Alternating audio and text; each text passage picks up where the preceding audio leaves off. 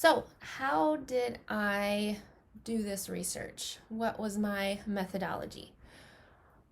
I took a survey approach. So, I created a research instrument, as Dr. Emerson Lewis calls it, where I had a list of variables or attributes I was looking for as I looked up every website. And I made this in a very nice one-page format for, again, the 50 states. And I made sure that the answers would be mutually exclusive. So the answer would be either yes, no, or unsure. And I rated those answers on a point system. So yeses were worth 2 points, no's were worth 0, and an unsure, where I wasn't quite sure if that attribute was present in the website or not. Unsure answers received 1 point. And so at the end, I totaled up the points. You can tell I'm a teacher. But at the end, I total up the points to see generally where the score fell for that state. All of the items in the list were positive things that were very helpful. I have uploaded the research instrument in this presentation if you're interested in looking at the specifics. So basically, I went to every website. The first attribute was, is it searchable? Was I able to get to the website very easily on 3 out of 5 main search engines? And so once I got to the website, I took a look at what I found and marked what was there. Did a lot of investigating within the website and trying to find the different attributes. I did have 3 questions at the end that focused on latent content of the website. The first being, how easy was it to find the information?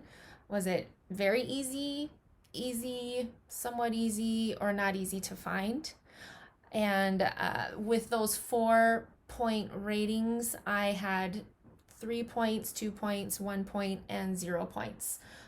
As far as how it contributed to the overall score.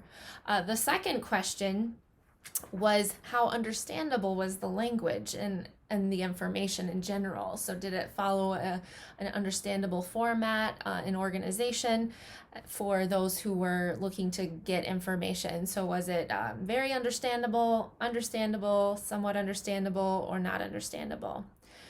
The last question was based on the overall tone and kind of approach that the website took. To what degree were supporters considered? And so I had greatly considered, somewhat considered, and not considered. And again, those were all based, those all had the ratings of 3, 2, 1, 0. So those questions, I think, were subject to more subjectivity. I tried to take some notes to support the evidence, to provide evidence and support the answers I gave for those.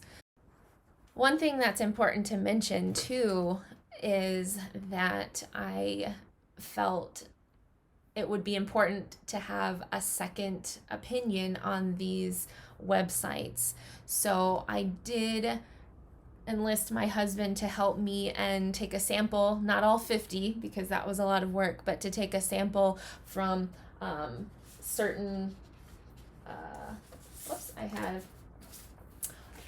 I went by regions, so 4 regions, but as you can see, I had 4 regions of the United States, and so I had him take a sample of several from each region to do the exact same research instrument on, and to see it and compare results. And there were some items that were different. There were some discrepancies after we did this between what I was able to find and what my husband was able to find.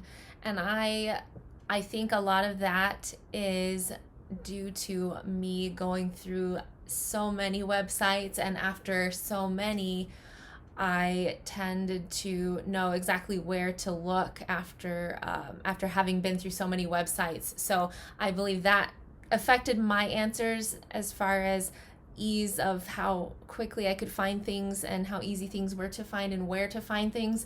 And so versus my husband who maybe after 5 websites still wasn't able to find the information that he needed and would have scored it differently.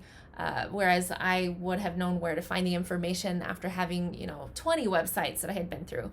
So this is something that, again, if I were to replicate the study, I would fine tune some of those points to have more reliability overall in what we were trying to measure.